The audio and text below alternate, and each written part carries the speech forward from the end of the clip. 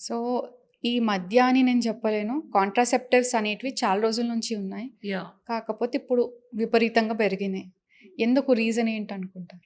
I think it's more of అంటే awareness పెరిగింది.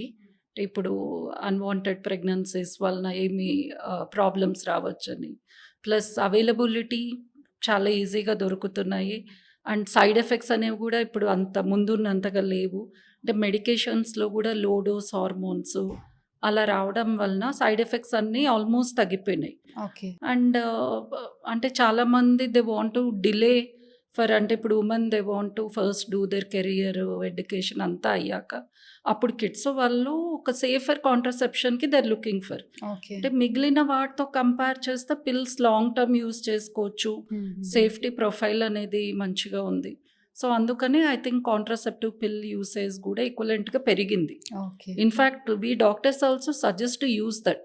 అంటే ఇప్పుడు మిగిలినవన్నీ నాట్ థట్ ప్రొటెక్టివ్.